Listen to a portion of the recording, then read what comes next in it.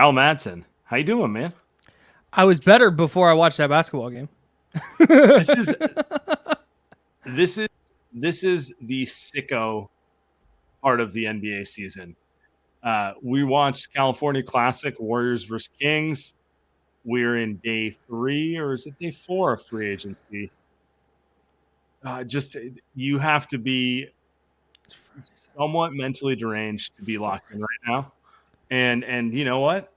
That's why I brought you in, and that's why you and I are here. Yeah, man, this is nice. I will say Summer League Hoops is fun. If you ever have a chance, go. Sacramento looked like it was really lively. I'm going to Vegas this weekend. By the way, they sold out Friday for the Wembanyama opener game. It's like an all-day pass, but it's the first time Summer League's ever sold out, to my knowledge. So I feel like it's gonna have like an AAU vibe. Just a lot of people just walking around on the sidelines. A lot of big reactions to stuff happening. Yeah, I mean, it's at Thomas and Mack, which is a legit size arena. I'm curious to see what a sold out general admission crowd in like a 10,000 seater is like. It's a lot of like jockeying and elbowing for seats.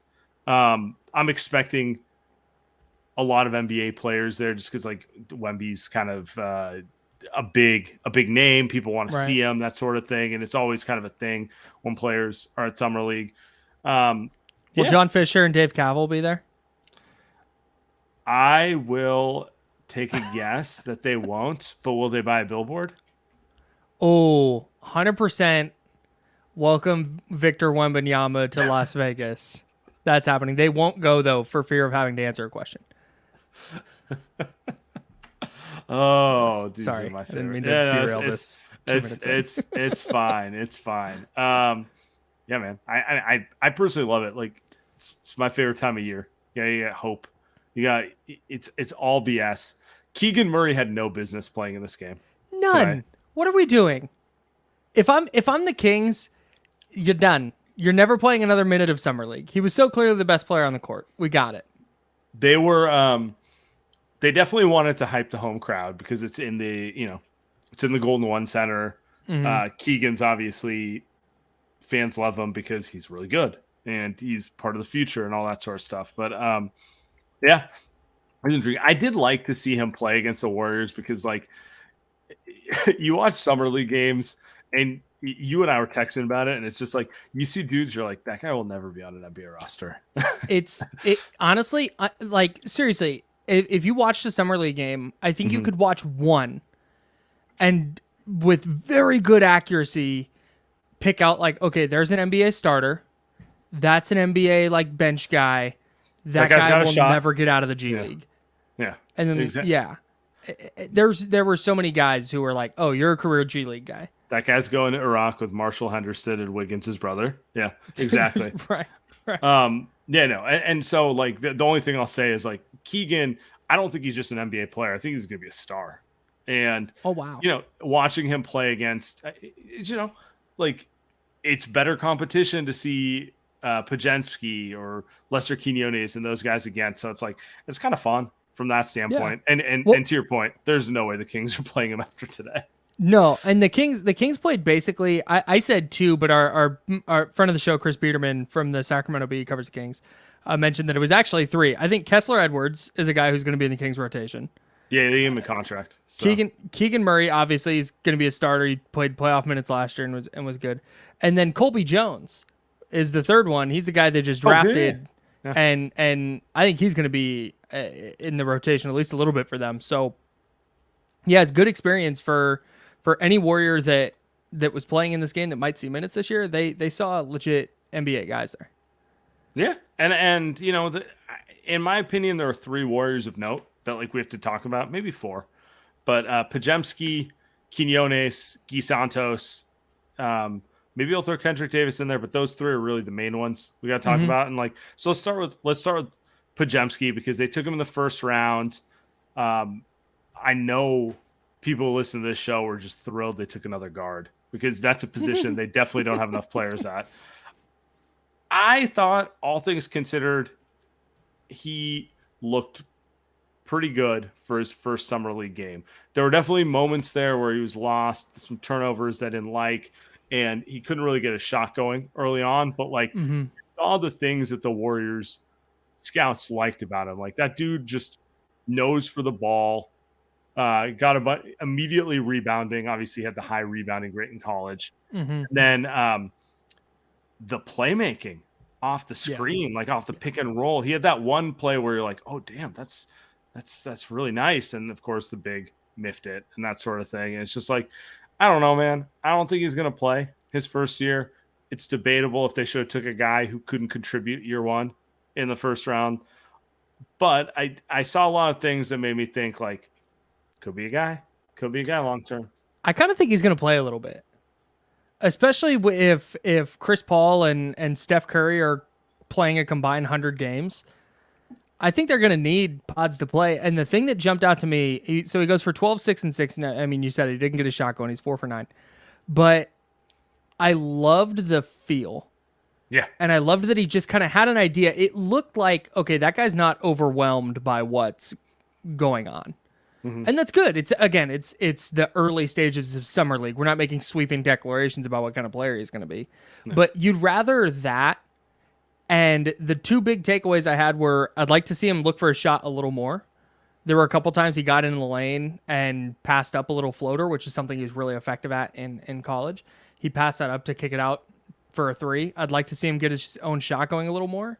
But other than that, and then you want to see the shots go down. But like, other than that, I was honestly pretty happy with what I saw. And if his calling card is going to be knows where to be on the floor and knows where to pass it, that's going to get you on the court for the Warriors, I think. Yeah, I mean they seem to really prioritize guys who compete and have IQ. Those are the two things that stood out here. End of the day, his shot making is going to determine what level of an NBA player he is. If he can't hit a shot, he just won't be an NBA player.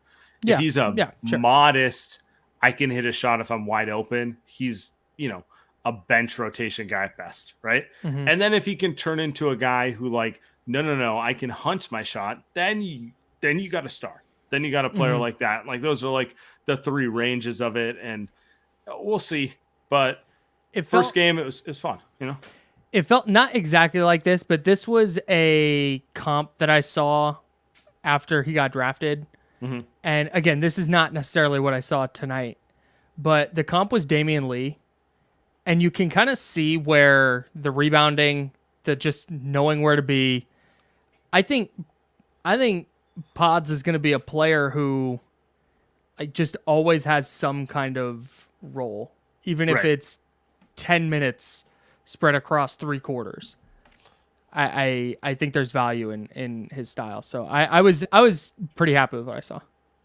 Jason throws out his Pods kind of like a Dante 2.0. Like, yeah, you can throw that one out there. Like some of the rebounding and just the general feel stuff felt like Dante. Like, I don't know.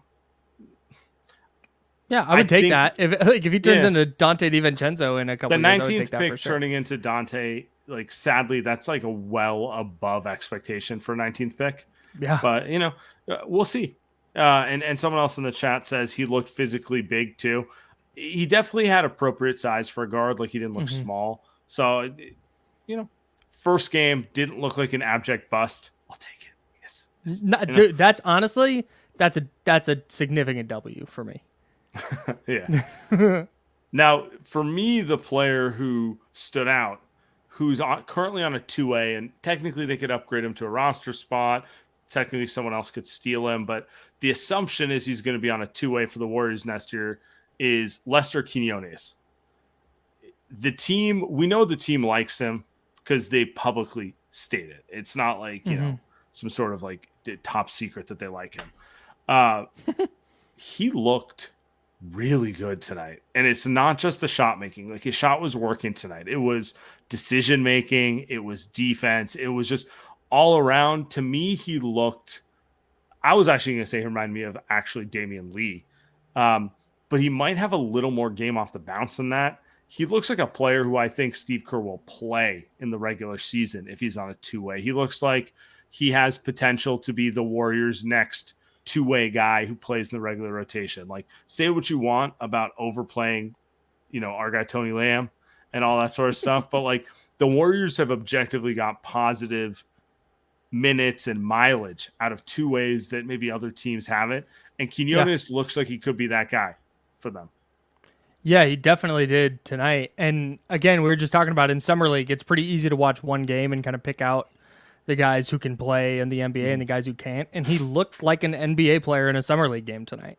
Yeah. And he wasn't perfect. I'm not saying he's going to be a great NBA player. He's going to play 35 minutes a night.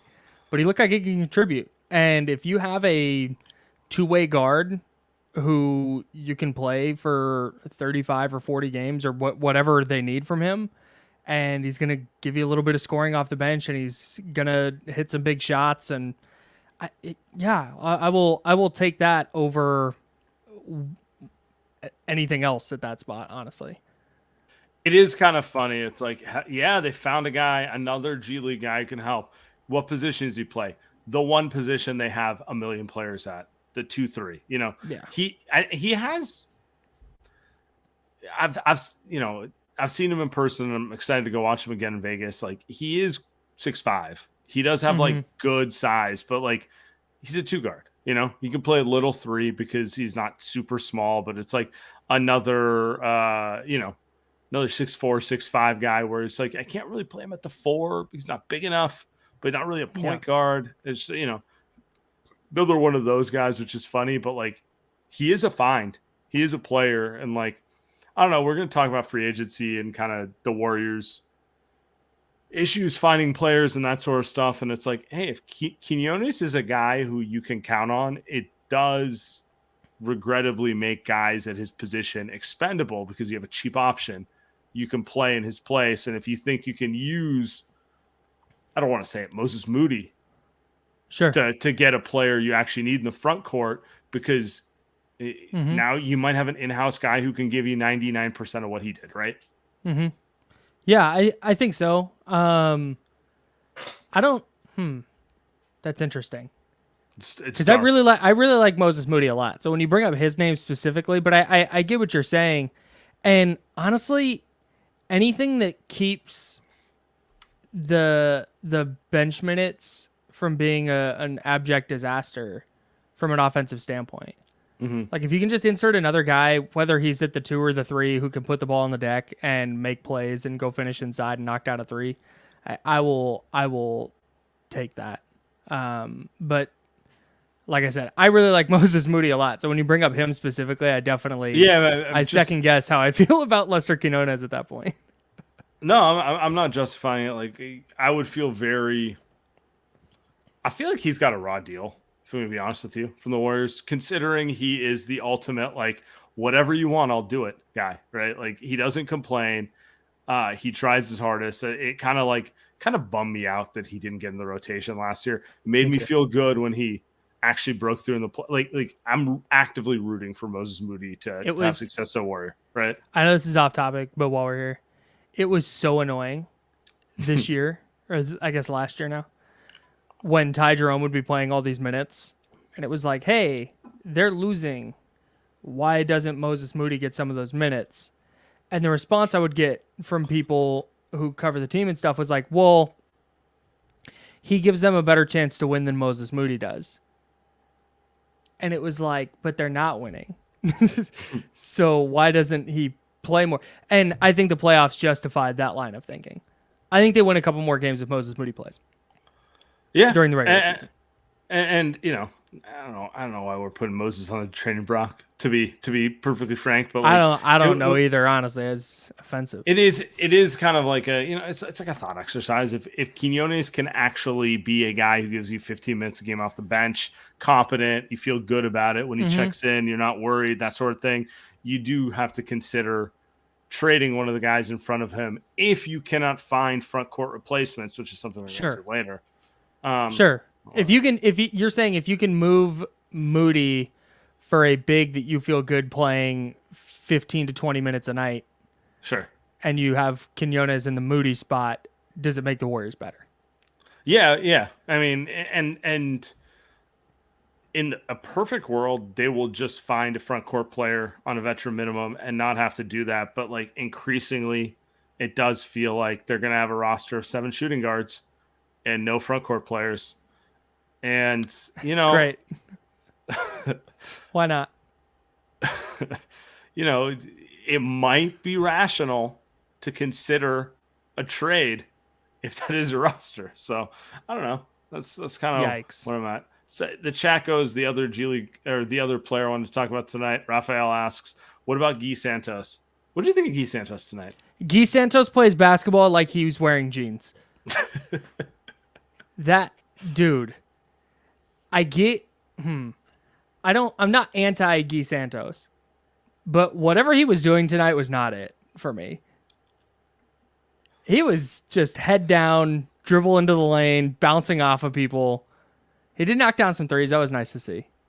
But dude, I need you to turn it down to like a 7 and let me see what that looks like from you, because that looked like a guy trying to show everybody that he was playing for Guy Santos. And that's it. I'm intrigued by Guy Santos. I did not walk away from tonight thinking Guy Santos is ready to be a contributor for the Golden State Warriors. That's it. Thank you. That articulates what I was trying to say. I do like the effort. I do like the physicality. I was really impressed by the shot. A year ago, I was like, this guy can't shoot. Now I'm like, smooth. Might be a shooter. Might be a guy who could stick a shot, So he does look like a player who, I don't know if they should put him on a 2-way or not, but like, if you can hold on to his rights, because he's really young, that could be a front court swing player that you have in house that can help you maybe next year and that sort of thing. And like, as we're seeing with the Warriors right now, not that easy to find size. No. Apparently very hard for them to find any sort of function of size. I'm with you in being intrigued, especially given what his jump shot looked like last year to this year. Like it is a noticeable difference. And like you like to see that kind of improvement, especially from a young player who's not playing in the NBA. So that's a really good sign. I'm imagining Steve Kerr watching that game tonight and just throwing things every time Guy Santos put the ball on the deck with his head down and threw up a shot in the paint. Yeah. I mean, Steve probably watched him and was like, "We're not ready." I do not think he's he's the answer right now. I will say he is younger than Moses Moody, so there's that. But I don't think this was the facial expression that we got tonight. Just throwing it out there, Well, we didn't get smug Steve excited, so. So that Ty Jerome was 3 for 3 from 3 at that point. That's what he was looking at. That's an Andrew Nemhart is cooking my team, and I'm curious if I can sign him face right there. That's what that is. Can we trade him for Jordan Poole? By the way, at what point during Lester Quinones going off did you think, how much worse is he than Jordan Poole? Dude, it was early first half. I dribbled up the left side. He put the ball on the deck to the left side and did that really slow kind of Euro step move into the lane to finish right there. I was like, that was an under control Jordan Poole move. That was nice. Yeah. He didn't slam it off the backboard after he went inside and fell to the ground. No, my overreaction to game 1 of the California Classic is Lester Quinones will be in the Warriors rotation this year. I love that from you. I'm so here for it. I am 100% here for it.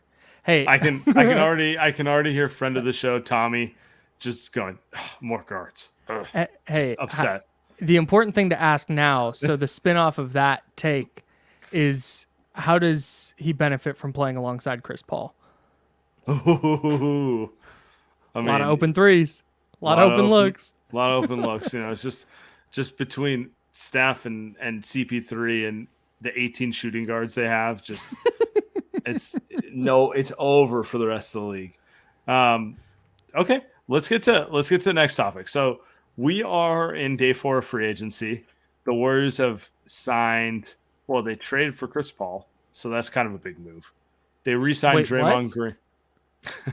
Sorry, go ahead. They re-signed Draymond Green. That's also an important move. And they signed Corey Joseph, a 6'3" guard, who will be in, a backup guard and another low turnover guy.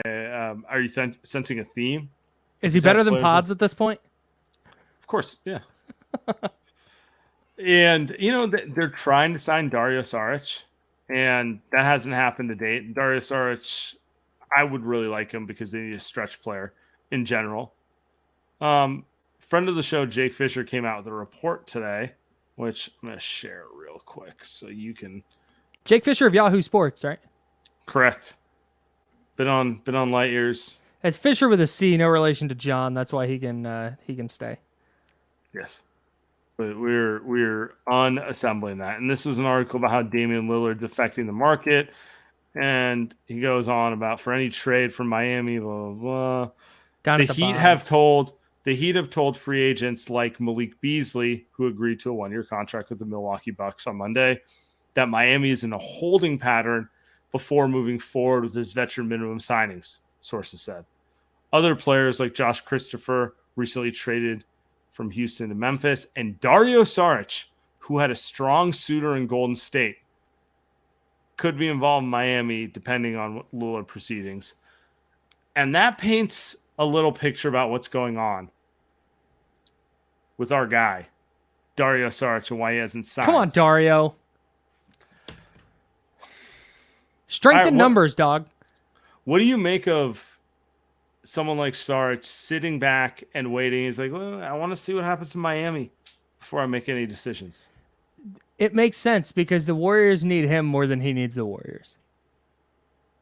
Like that's kind of the bottom line here. So I hate it because I would like him to play for Golden State because I think he would help them immensely in a lot of ways, and I think he fits really, really nice. But if you're Saric, there's no need. You're going to sign for the minimum regardless.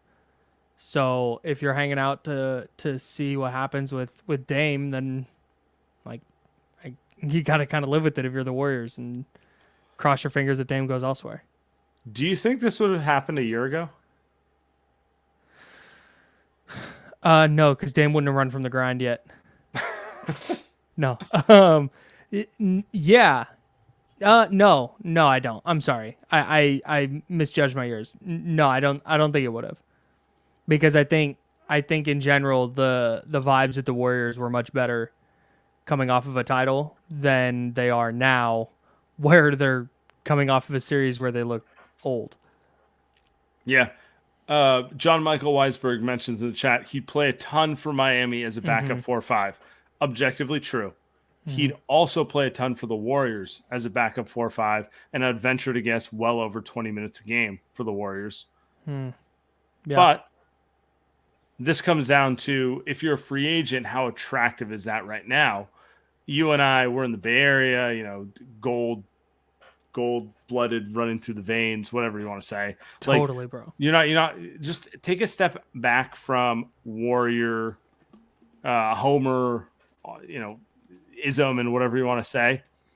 Is this the most attractive place to be for him? Is it more attractive than Miami? Man. No, probably not. Like, Miami just went to the finals, man. And the Warriors went to 7 with the Kings and got knocked around by the Lakers. And Miami was an 8 seed and just kind of rolled in the playoffs. I think if you're, and especially if you're Sarge, you see Max Strus leave, you see Gabe Vincent leave. Like, not only are there going to be minutes, there's going to be shots. So I would, man, if you try and remove the Warriors color glasses, I think it's probably Miami at this point. Plus, you get to live in Miami. If that's your bag. Kevin Love hasn't signed. There's minutes to be had there. I thought Kevin Love signed a 1-year deal. Did he? Am I spreading misinformation on the internet again? Classic Sam. I might be the one doing it. Kevin Love signing with the Heat. Okay, I am. I apologize. I apologize to Lightyear's listeners. I was not positive he'd resign. 2-year contract. I was under the impression he was going to, but Whatever. Okay. Anyway, delete it from the record. Never happened. Never happened. But Kevin Love played for them last year and played some big minutes. Yeah. And like, at this point, you'd probably rather have Dario Saric over Kevin better. Love. So he's gonna play ahead of him. So yeah, I think there's more minutes, more shots available in Miami. Yeah. Is this Mike Dunleavy's fault? Does Mike Dunleavy need to be a better closer? Would Bob Myers have got shunned? And by the way, we don't even know that he's gonna get, Dunleavy's gonna get shunned.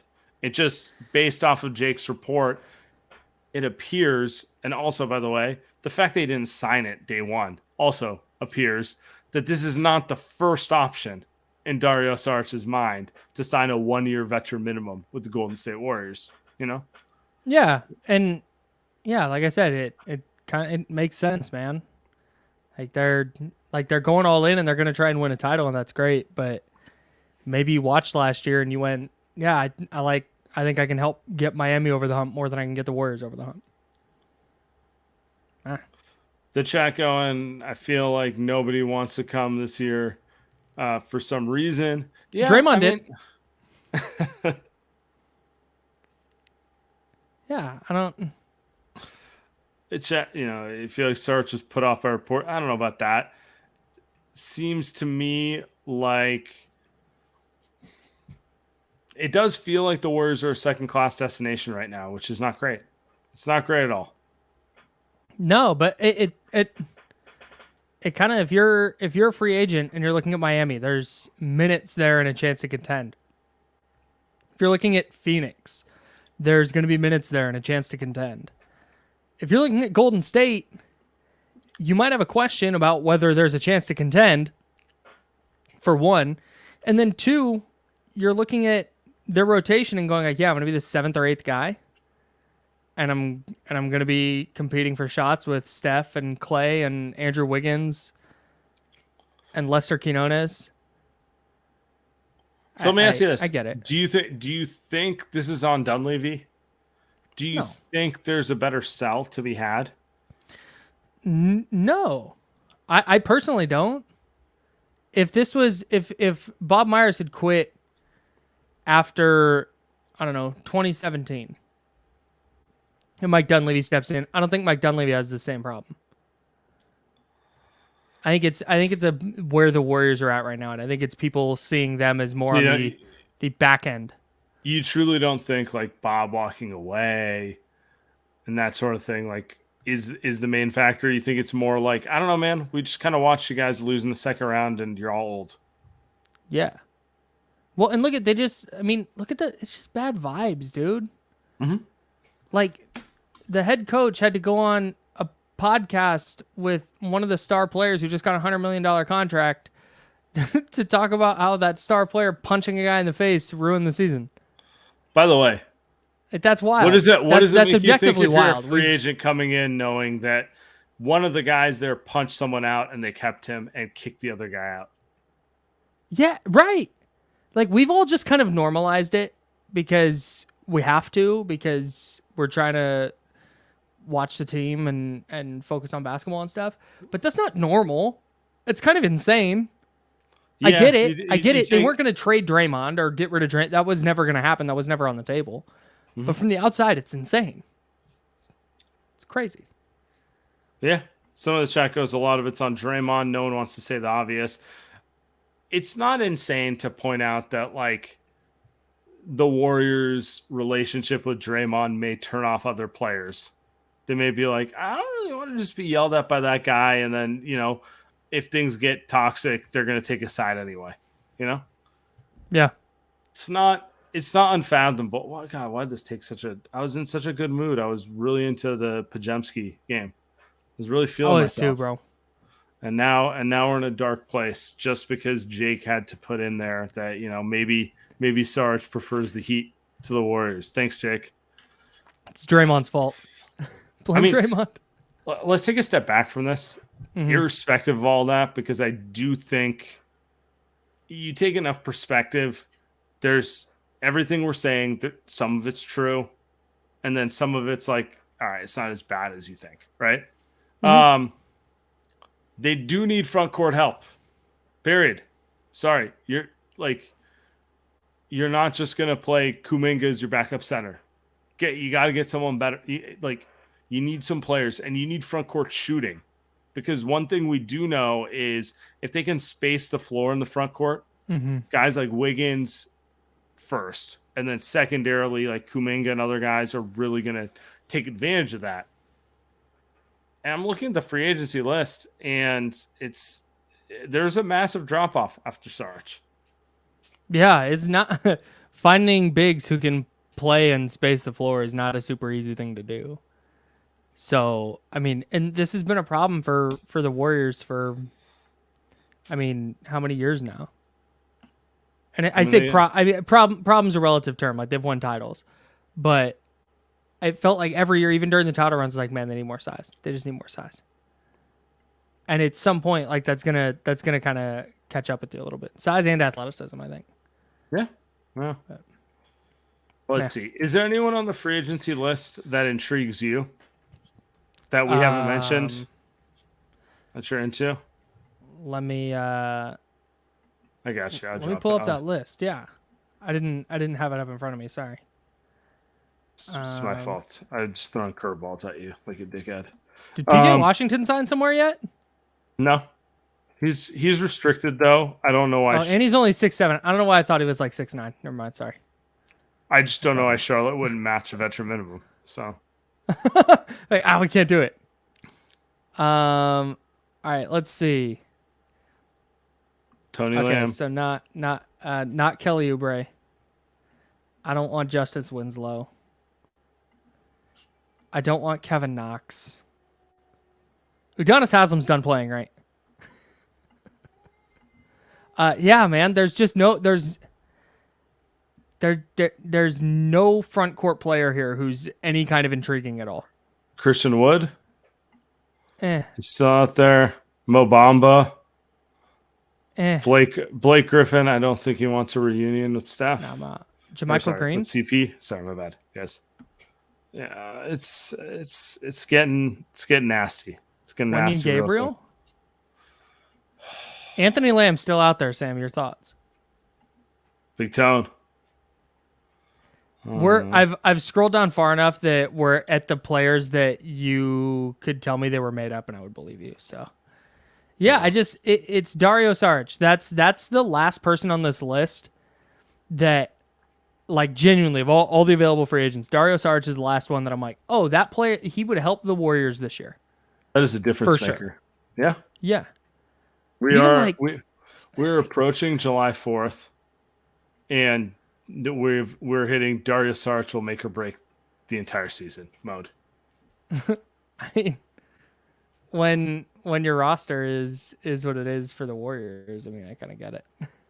Yeah. They just have a very specific need, and that's a guy that is over 6'7", who can pull down a rebound and shoot a three. Yeah. And pass a little bit. Exactly. The confluence of all three is where the issue comes in. They can find a tall guy who can shoot. Mm-hmm. They can find a tall guy who can rebound. They cannot find a tall guy who can shoot and rebound. Yeah. I do think there's some value though in finding a center. I don't even know who it would be, but finding a center who can give you 12 minutes and on some nights 18 or 20, even if they can't shoot, just to give Draymond and Kevon Looney some minutes off. Yeah, I agree with you. But I think the former one's more important because the former one might be a 15 to 20 minute in the playoff guy, you know?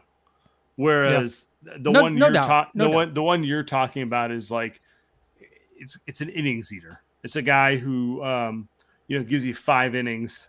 May, June, July, right? You know, like metaphorically, right? So no, and I'm that's kind of what I mean though, is if you can't find that perfect player who's going to contribute in the playoffs, the least you could do is help Looney and Draymond be a little more fresh come April and May. I'm kind of in on Bismack Biyombo for that, to be honest. Yeah. I mean he worked with Chris Paul.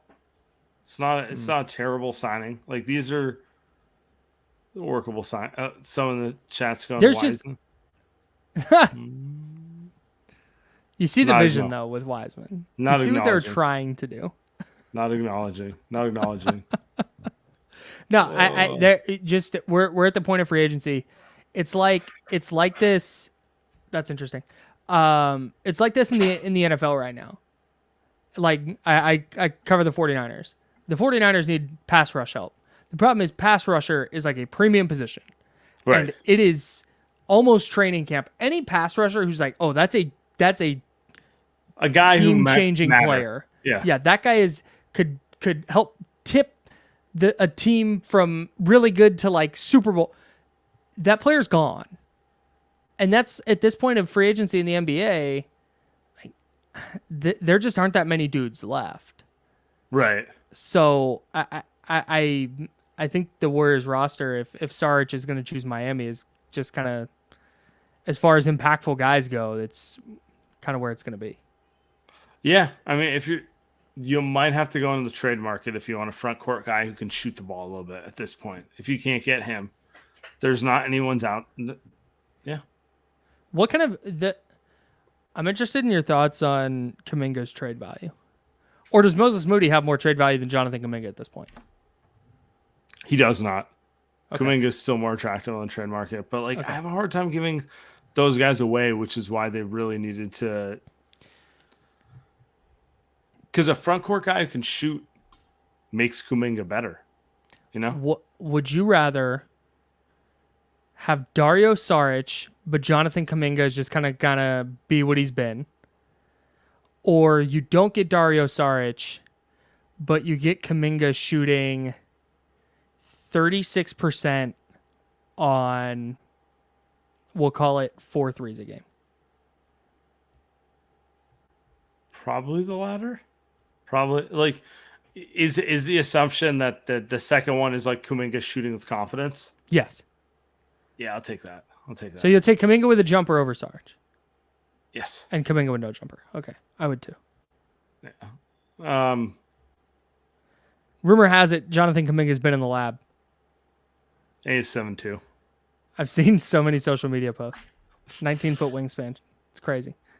Yeah, maybe that's it. They don't need anything. They just got Kuminga. That's the way to go. Someone in the chat goes, Dario is at his best. He's not helping us win a championship. Kuminga at his best does. I don't agree with that. I think someone like Saric makes the game easier, and it makes it easier to develop someone like Kuminga. Sure. I don't think the season's over if they don't get Dario Saric, but I do think getting a legitimate stretch big who can pass and rebound makes the game a lot easier for young players who are figuring out what they want to be. I think you saw it early on in the Nemanja Bjelica era. Right. Remember those first, was it like a half dozen or 10 games Right. where he just hit the ground running and was making all the right passes and was knocking down shots. And was like, holy shit, Nemanja Bjelica, look out. That's how I think the Dario Saric thing would go. Where just right off the bat, it's easy to see, oh, this guy fits. This guy gets it. Yeah. You know, you get out to a, you're 7-3, you're 12-6. I don't know, like those type of things. Game gets easier. Someone like Kuminga doesn't feel like the weight of the world on his shoulders. You can work into the season. Next thing you know, the vibes are good, that sort of thing. Or you could have this year where you're just throwing Big Jim out there and you start 3-7 and everything turns into a root canal, you know? Like those are like the two extremes, honestly. Yeah. But that's why it's like, you know, it's useful. Is Dario Saric good for vibes? Is he a good hang? He seems like a good hang. OKC had great vibes this year. They were a vibe master team for sure. All right. I'm in on Dario just for that. All right. I say we get out of here on that one. It is July 3rd. Everyone have a great 4th of July. Can I get one last note from game 1 of the California Classic? Jace Johnson is the slowest basketball player on the planet. Oh my God. Young man. Move your ass. Get in the gym. Get some speed training, homie. No barbecue for you, buddy. You gotta go to the gym tomorrow. No.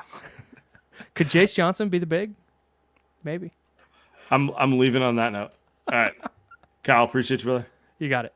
See you guys.